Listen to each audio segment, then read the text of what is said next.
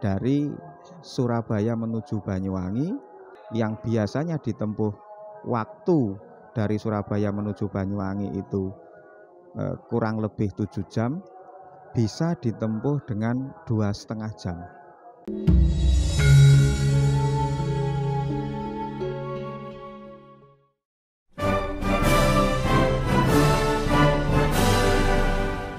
Salam Rahayu, salam Nusantara, Rahayu Sagung Dumadi, merdeka selalu, merdeka.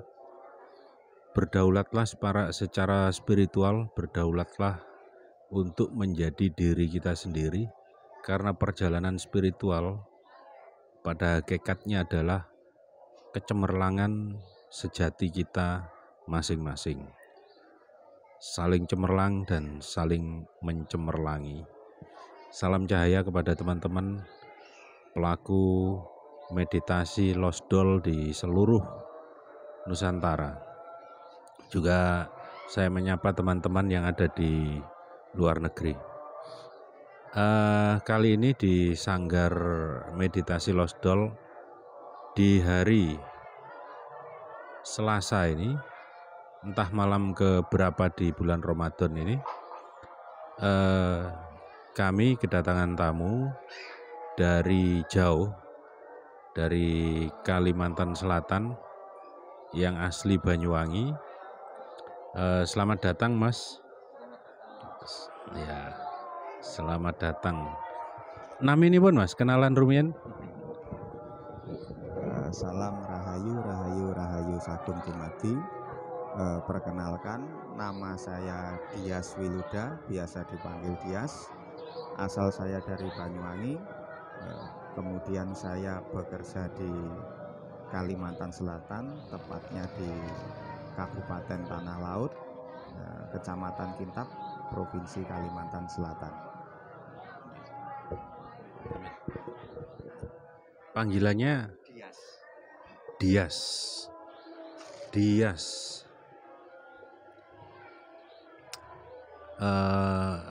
Nama yang hebat. Energi dari nama saja sudah sangat kelihatan. Beliau datang siang tadi, kemudian di malam hari ini, setelah kami berbincang melewati sore hari, perbincangan yang seru, karena beliaunya adalah pelaku juga dari meditasi Lost Doll. Sebelumnya ketemu hanya melalui Zoom, dan menurut cerita beliau sudah mengikuti meditasi Lost Doll melalui channel YouTube Ngaji Roso. Itu mungkin di awal Januari barangkali. Nah, baru ketemu dan bersempat kontak dengan saya melalui Zoom 1 minggu yang lalu barangkali.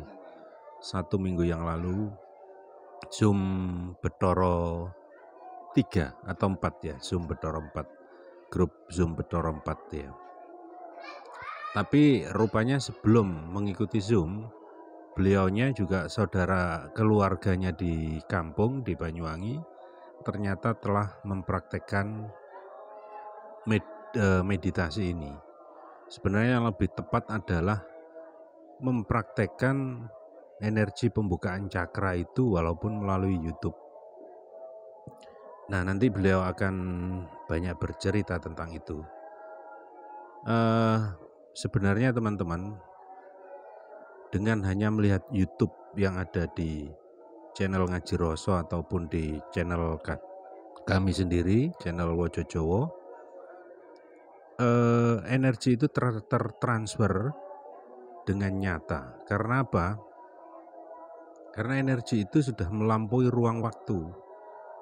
Jadi siapapun, dimanapun, kapanpun bisa mengikuti dan membuka cakra masing-masing hanya dengan melihat video-video saya yang telah kami upload di beberapa channel YouTube itu.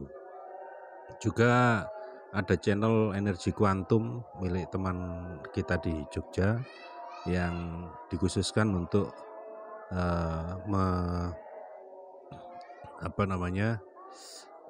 mengulas dan memperdalam tentang meditasi losdol ini. Jadi meditasi losdol ini sebenarnya secara tata cara dan syariatnya tidak beda dengan meditasi-meditasi lain. Bahkan saya membebaskan diri dengan tata cara, dengan eksplorasi diri masing-masing. Yang utama di sini adalah pembukaan energi itu. Ketika energi spiritual, energi sejati itu sudah terbuka dan terkoneksi dengan panca indera kita, pemindai panca indera kita, maka di sana perjalanan akan diserahkan kepada masing-masing pribadi, masing-masing guru sejati akan membimbing, mengarahkan, mengayomi, dan apapun di situ kita serahkan kepada Gusti kita masing-masing.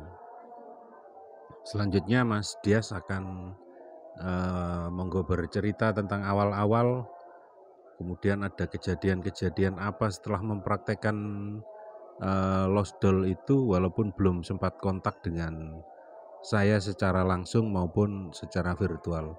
Monggo Mas. Terima kasih Mas Bonang atas kesempatannya. Baik kawan-kawan semua di sini, salam rahayu, salam merdeka. Merdeka.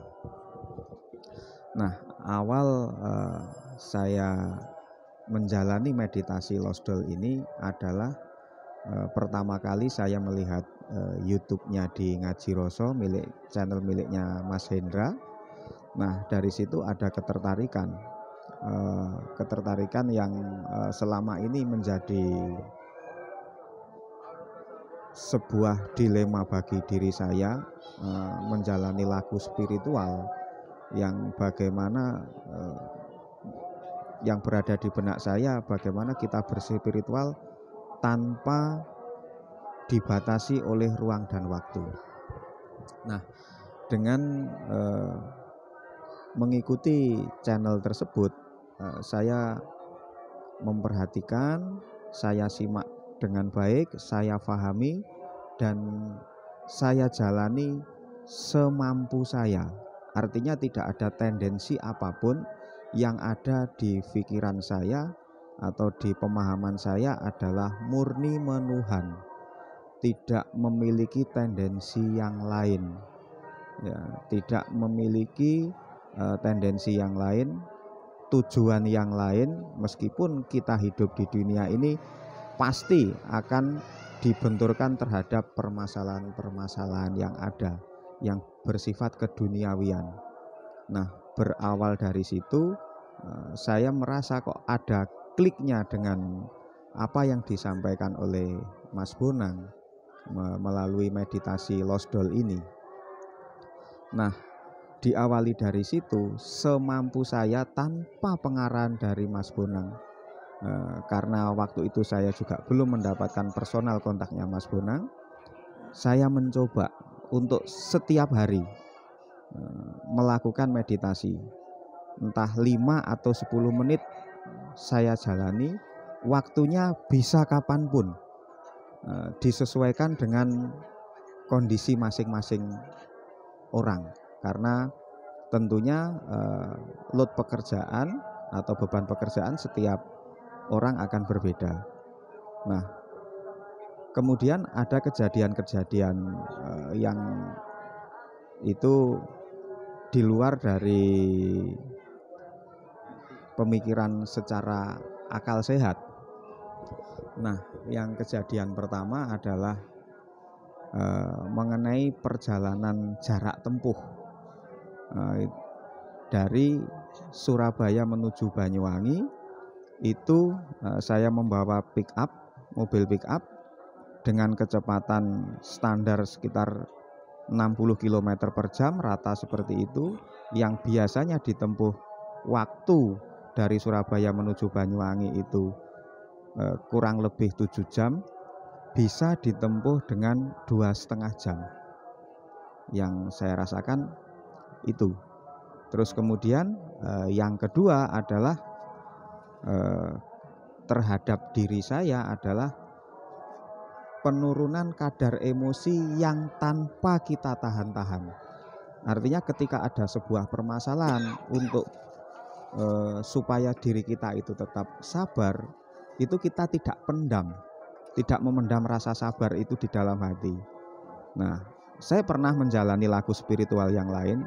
Ketika rasa sabar itu kita pendam di dalam hati, yang memang kita paksakan, akal dan pikiran serta perasaan kita itu kita paksakan untuk menerima apapun sesuatu dari yang datang dari luar yang bersifat membangkitkan emosi, itu ujung-ujungnya pada saat kita diam pun tanpa ada trigger pemicu dari faktor eksternal, itu tiba-tiba emosi akan naik sendiri. Ya, yang bersifat dampaknya emosi itu bisa merusak.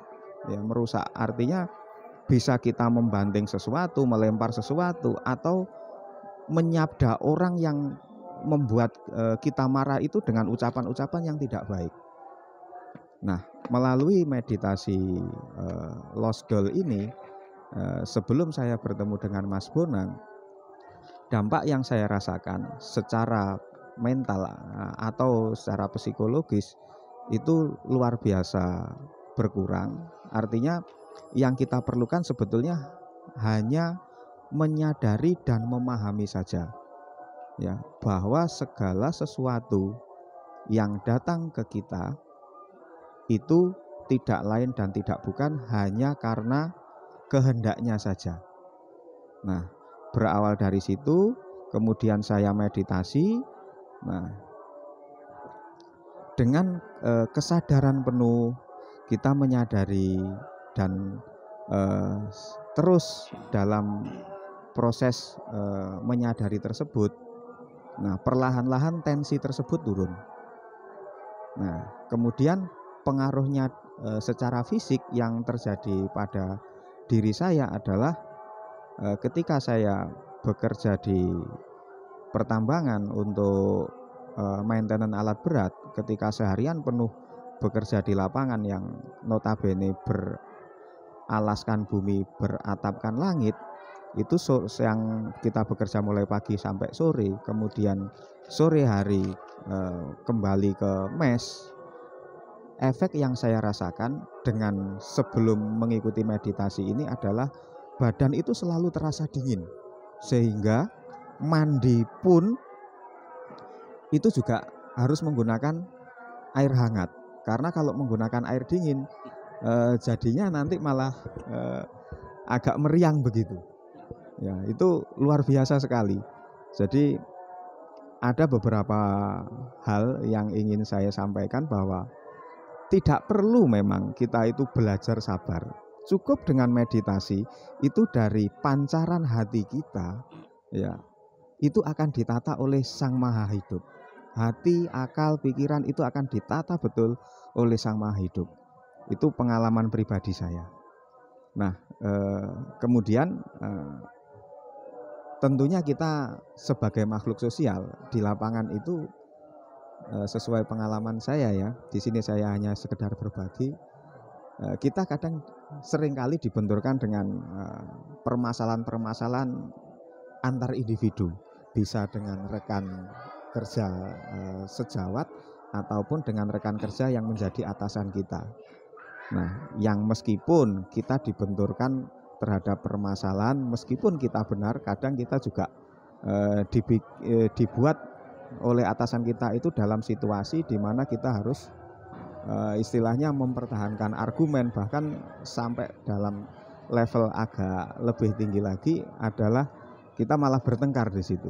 Nah, yang lucunya memang di situ terjadi perdebatan, tapi setelah perdebatan selesai, kita kembali ke posisi masing-masing. Yang lucunya itu saya malah mentertawakan kejadian tadi, mentertawakan diri sendiri, dan mentertawakan orang yang atau rekan yang membuat bahasa Jawanya itu membuat kita mangkel, buat mangkel sama telinga itu panas. Nah, ini yang laku-laku spiritual yang seperti ini yang jarang sekali saya temui. Saya sudah beberapa tahapan melakukan laku spiritual hanya di meditasi losdol ini yang bisa menjawab bagaimana kita merubah diri. Nah, sebetulnya bukan kita yang merubah diri, cukup hanya menyadari saja itu Sang Gusti, ya, Sang Maha Pencipta itu sudah akan membimbing kita ke arah yang memang sejatinya Sang Maha Hidup, yaitu salah satunya adalah Rohman Rohim, ya, pengasih dan penyayang. Nah, rasa itulah yang saya rasakan yang akan selalu, yang memang selalu tumbuh. Jadi mau marah ke orang lah, buat apa kita marah? Toh dengan kita marah pun juga itu akan mengeluarkan energi yang tidak baik untuk kita. Energi itu akan berbalik lagi kepada kita. Alangkah lebih baiknya ketika kita hanya menyadari, memahami dan mengembalikan segala sesuatunya kepada Sang Pencipta. Ujung-ujungnya orang yang atau rekan kerja yang membenci, ya, bahkan tidak menyukai saya, bahkan menghendaki saya untuk hengkang dari tempat tersebut, orang tersebut digerakkan oleh alam, ya, digerakkan oleh alam, malah beliau itu yang akan meminta bantuan, ya. Artinya dia dipaksa oleh Sang Pencipta agar, ya kan, dipaksa oleh Sang Gusti, ya kan. Nah, itu supaya malah lebih dekat dengan saya dan berbaik hati dengan saya. Itu yang luar biasa. Ya.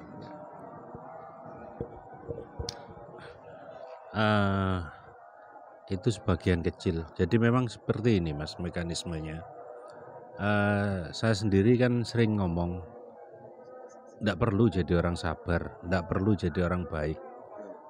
Karena kesabaran, kebaikan atau akhlak apapun, kalau itu datangnya dari luar, nilai-nilai dan energinya, maka itu tidak akan murni, tidak akan alami.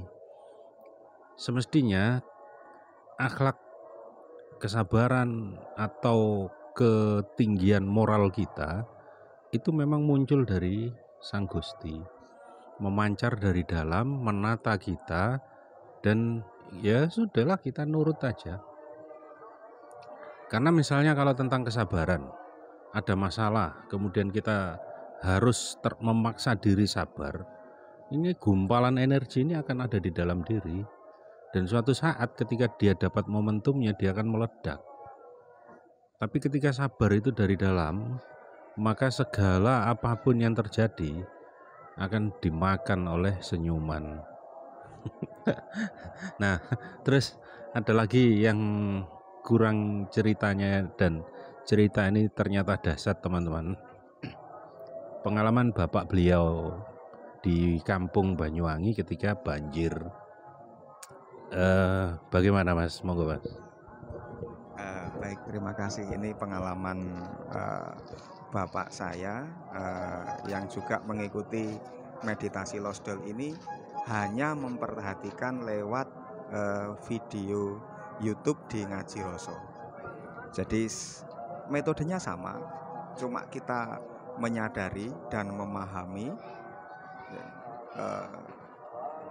sesuai dengan arahan Mas Bonang di video Ngaji Roso tersebut untuk meditasi losdol. Jadi ada sebuah kejadian di mana pada awal tahun 2021 ini tempat kami tinggal, ya, tempat rumah tinggal itu mengalami banjir besar yang memang banjir tersebut rutinitas tahunan setiap tahunnya, dan ketinggiannya pun juga akan sama. Nah, ketinggian dari lantai rumah itu seperti biasanya akan ketinggian air itu sekitar 30 cm. Tetapi yang berbeda dari tahun-tahun sebelumnya, dengan ketinggian 30 cm itu, ya, itu baik di luar rumah maupun di dalam rumah yang rata dengan lantai tersebut, ya, itu di dalam rumah juga setinggi 30 cm, di luar rumah pun juga akan sama. Nah, Yang berbeda pada tahun kali ini ketika banjir itu datang, cukup hanya kita sadari saja, kemudian kita berikan energi kasih sayang kepada air itu. Yang terjadi adalah air itu masuk ke dalam rumah melalui pintu rumah. Nah, yang luar biasa adalah ketinggian air di dalam rumah itu cuma setinggi 1 ruas jari ya. Dan di luar rumah atau di luar pintu itu ketinggian air sekitar 30 cm ya. Nah, yang pertama ketinggian air cuma sebatas 1 ruas jari telunjuk saja. Yang kedua adalah air yang masuk ke dalam rumah itu warnanya berbeda dengan yang di luar rumah atau di luar pintu.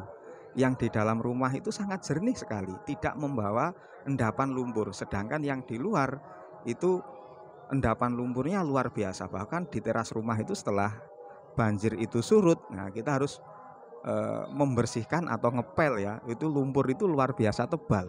Tapi yang masuk ke dalam rumah air itu seperti tersaring dan jernih. Begitu Mas Bonang. Iya. Sik ta Mas. Iki nek diakal piye Mas terus Mas? Kalau kita masuk ke ranah akal, ranah pikiran itu bagaimana mungkin ya kan? Rumah dengan 2 buah pintu yaitu depan dan belakang itu dalam kondisi tertutup, cuma kan masih tetap ada celah ya antara lantai dengan pintu bagian bawah. Itu kalau kita berpikir logika, kita berpikir akal, itu memang di luar jangkauan nalar dari manusia. Sedangkan orang tua saya waktu itu juga bingung, kok bisa seperti ini. Hanya cukup disadari saja, kemudian berikan energi kasih sayang, berikan senyuman itu ke air, maka dengan serta-merta Sang Maha Hidup sendiri itu yang akan dengan cara-caranya ya kan akan memisahkan air tersebut, mana yang boleh masuk dan mana yang tidak, dan setinggi apa air yang boleh masuk. Begitu Mas Bonang. Iya, ini pas kejadian divideokan gempar ini ya opo ini. Tapi gini Mas, sebenarnya ya kalau diakal ya pada tataran dan ranah tertentu akal kita tidak mendapat fungsinya yang bisa menjelaskan itu, bahwa energi ini sesuai dengan kehendak dari pemancar energinya. Manusia ini kan pemancar sekaligus penerima gelombang-gelombang itu. Energi itu tidak bisa diciptakan, tidak bisa musnah. Energi itu berasal dari yang maha energi, nah ada di dalam diri kita. Ketika energi itu sudah klik atau on dengan diri kita salurkan itu ke air, misalnya ke air banjir tadi, dia akan bekerja sesuai dengan apa yang diinginkan atau apa yang dikendalikan oleh manusianya ini yang memancarkan energi tadi. Nah, tentu di situ rahasianya adalah ketulusan. Kalau itu dilakukan dengan tulus, maka ya sudahlah, dia akan berada di dimensi yang tak terhingga, sehingga akal di sana tidak relevan lagi. Ya seperti ketika di perjalanan Mi'raj, di tahap tertentu akal atau malaikat Jibril itu sudah tahu diri, tidak bisa masuk ke ranah itu. Akan banyak hal lagi yang yang terjadi. Akan banyak lagi hal-hal yang dirasa aneh akan terjadi. Dan ya saya mengucapkan selamat kepada jenengan, dan saya mengajak kepada jenengan untuk berteguh di ranah meditasi ini dengan keluarga, bapak jenengan dan keluarga di rumah tentunya. Pada saatnya Mas, ada kemestian yang harus kita lakukan kepada manusia-manusia Nusantara ini, dan itu tertera pada pundak jenengan. Nanti jenengan akan menemukan peran dengan semestinya. Terima kasih, dan nanti setelah kita ambil gambar ini, ayo meditasi bersama, kita gali, kita eksplorasi bagaimana tentang spiritual dan energi-energi kedewarujian kita. Terima kasih Mas ya, sampai jumpa lagi. Dan kepada kameramen Mas Fandi Welino Amara, terima kasih banyak. Juga kepada Mak Indi, ada sibuk di balik layar dan di balik lampu. Terima kasih teman-teman semua, salam cahaya dari Sanggar Meditasi Lost Doll di Betoro ini. Saya ucapkan dan saya sampaikan salam Nusantara, Rahayu. Tapi belum sih Mas, ada sesuatu yang mau sampaikan juga. Jadi ini khususnya kepada teman-teman untuk memperjelas, untuk lebih mempermudah. Semuanya saja kepada para pemirsa, bahwa energi ini benar-benar sudah di dimensi yang tertinggi. Jenengan semua bisa mengaktifkannya. Bagi teman-teman yang belum pernah bermeditasi Lost Doll, baik melalui Zoom atau ketemu langsung dengan saya, teman-teman bisa melihat telapak tangan saya ini untuk mengaktifkan energi dan membuka cakra-cakra spiritual yang ada di tubuh kita. Dengan energi itu, keterhubungan kita dengan kesejatian kita akan terjadi. Dan kepada teman-teman yang sudah melakukan meditasi, monggo diperkuat lagi energinya, karena energi ini bisa kita perkuat, bisa kita perlemah, bisa kita rubah bentuk dan sifatnya untuk kepentingan kemaslahatan, untuk kepentingan kenusantaraan kita. Angkat kedua telapak tangan ini, kemudian setelah terasa, jenengan bisa lihat, jenengan bisa rasakan. Saya sengajakan untuk mentransfer energi ini kepada semua pemirsa, baik yang telah mengenal saya ataupun yang belum mengenal saya, baik yang telah ketemu saya maupun belum ketemu saya. Monggo dinikmati, monggo dimanfaatkan energi ini untuk kebangkitan spiritual kita, kebangkitan spiritual Nusantara.